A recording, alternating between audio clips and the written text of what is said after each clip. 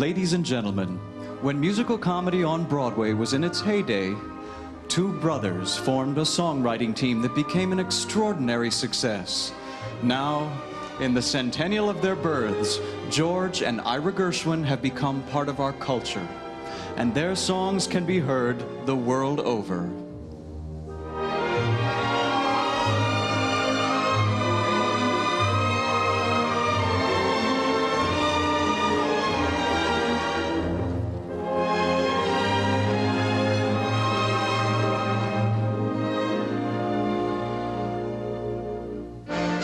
Their first full-length collaboration for the stage was in 1924, and for the next 12 years, George and Ira wrote hit after hit. New York City in the 20s and 30s, an era that saw jazz begin, silent movies fade away, and talking movies come to life. The Great Depression started soon after that too, but you wouldn't know it from the happy, robust songs George and Ira wrote for Broadway. Musical comedies were mostly designed to showcase comedy, singing, and dancing. Any sketchy idea to hold songs together was enough to put on a production.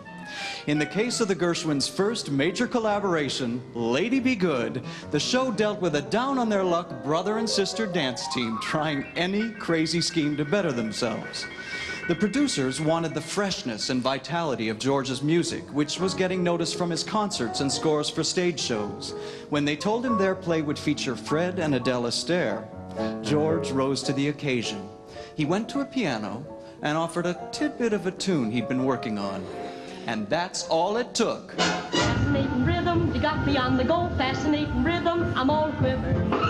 What a mess you're making, the neighbors want to know why I'm all shaking, just like a flipper. Each morning I get up with the sun, start hopping and stopping to find at night no work has been done. I know that once it didn't matter, but now you're doing wrong when you stop to patter. I'm so unhappy.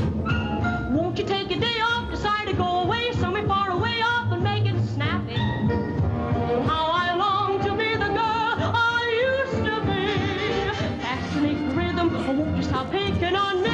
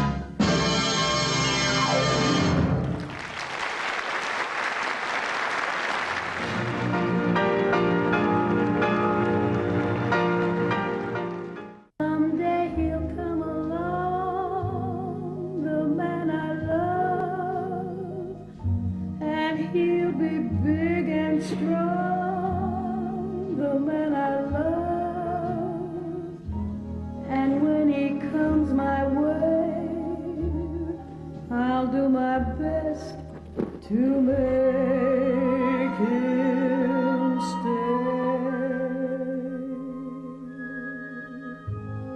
He'll look at me and smile, I'll understand,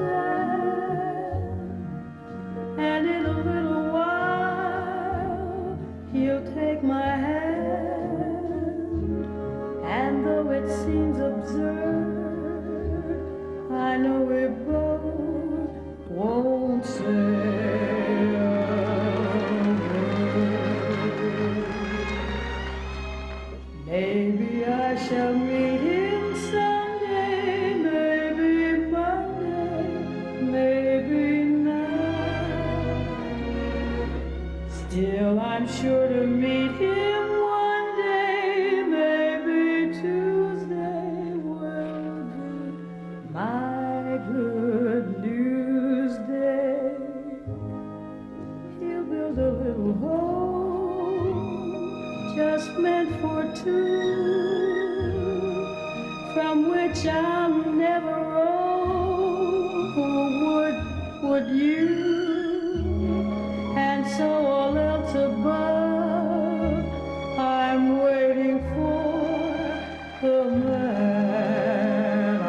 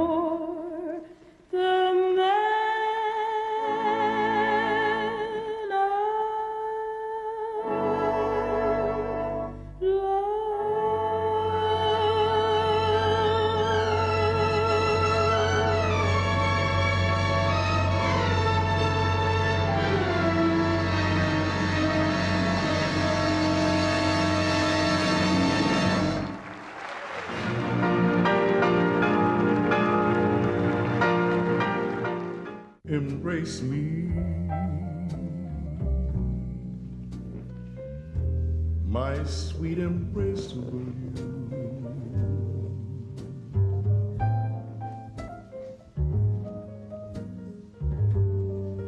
Embrace me,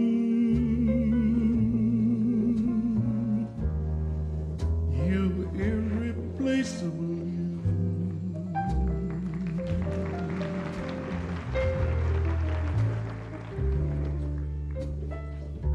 Just one look at you, my heart grew tipsy in me.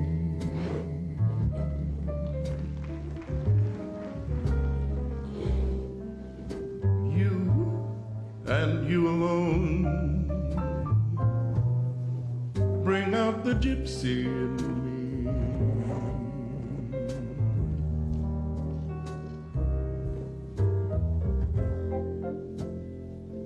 I love all the many charms about you.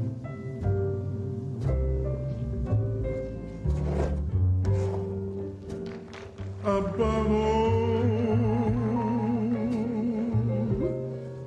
I want my arms about you.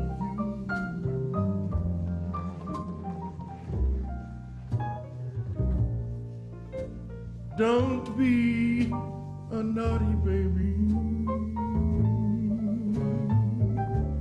Come to Papa too.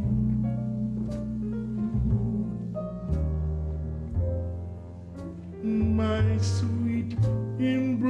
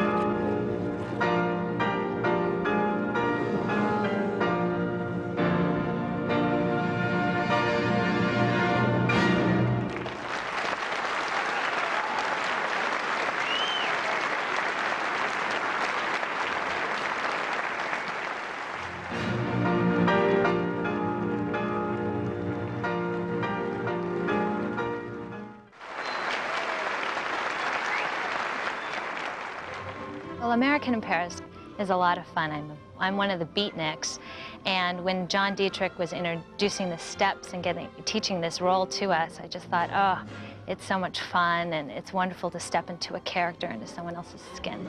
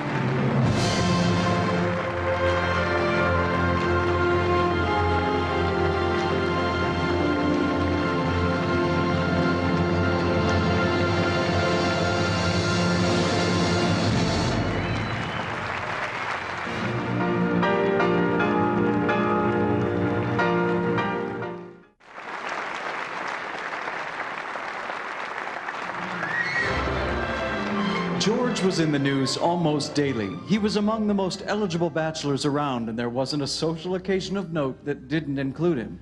Ira, on the other hand, while equally famous as George's songwriting partner, had gotten married, and being a generally shy man, avoided much of the party-going that kept George a public person. Despite these personality differences, they were very close, and writing songs was a collaboration of talent, mutual respect, and a generosity of spirit that let George contribute ideas about lyrics and Ira contribute ideas about music. One of their great love songs was How Long Has This Been Going On?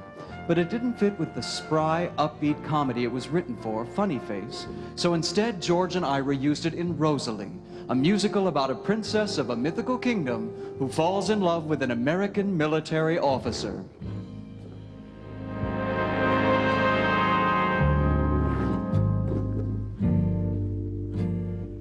I could cry salty tears. Where have I been all these years? Little while,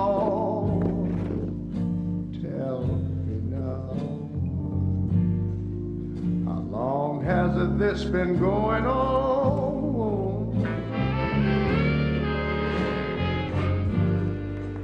There were chills up my spine, and some thrills I can't define. Listen, sweet, I repeat, how long has this been going on?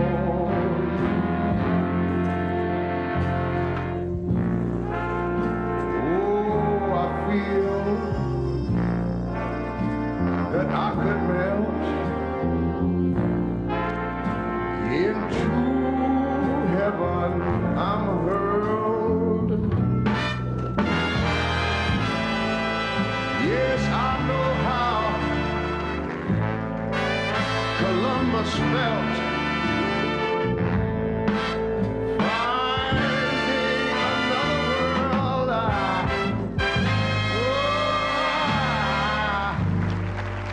Kiss me once, then once more. Yes, what a dunce I was before. But what a break, for heaven's sake. How long has this been going on?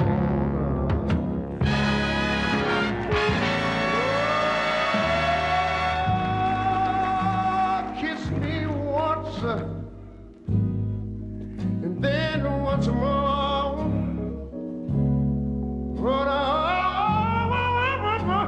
what a dunce I was before, woman.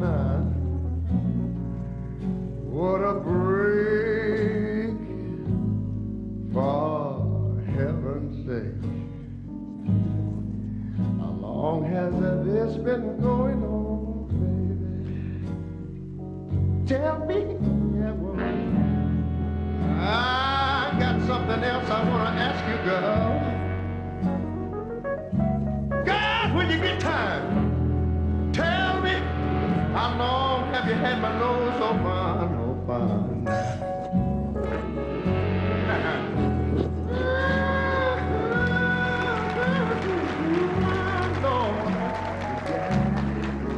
Woo! Good God. How long have you been doing it to me?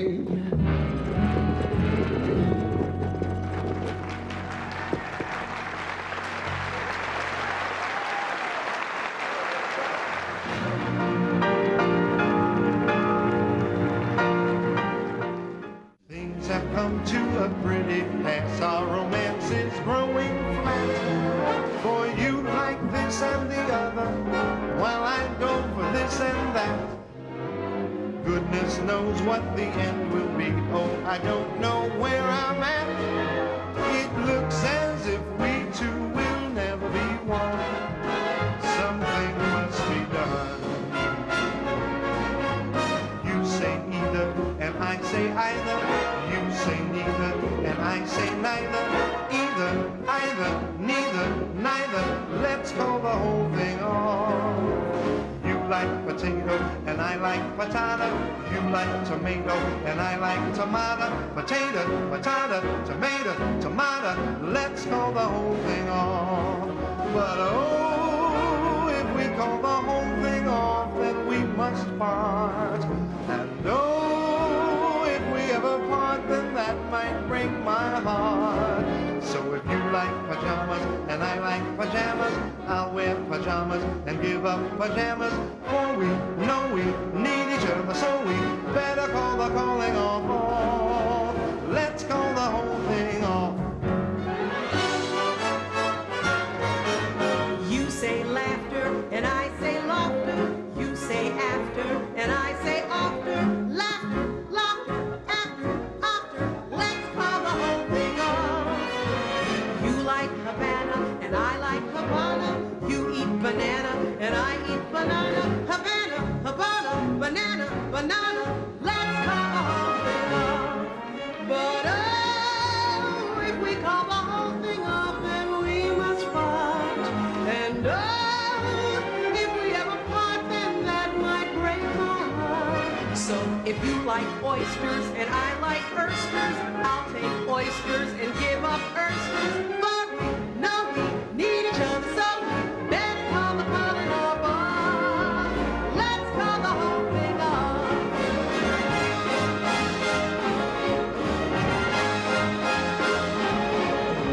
Oh, we know we need each other, so we better call the calling off. Let's call the whole thing off.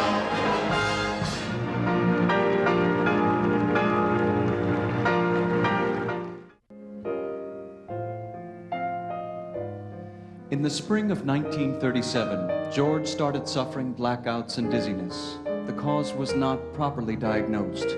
When a brain tumor was finally discovered, surgery followed immediately. But George did not survive the operation. He was 38 years old.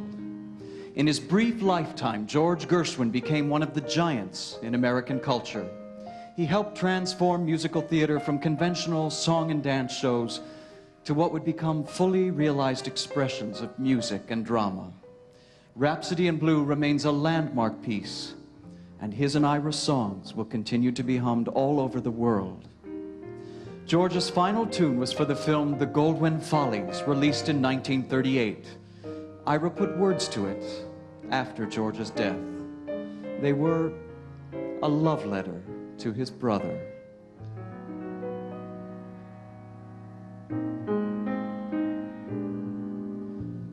The more I read the papers, the less I comprehend the world and all its capers, and how it all will end. Nothing seems to be lasting, but that isn't our affair.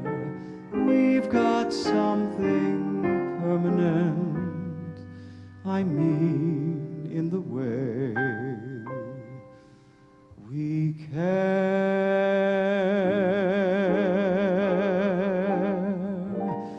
It's very clear our love is here to stay, not for a year, ever and a day.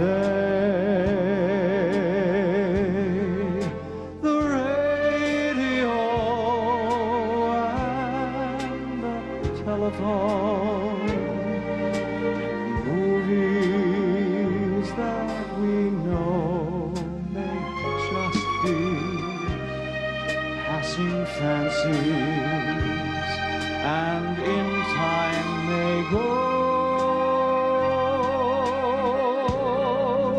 But oh, my dear, stay.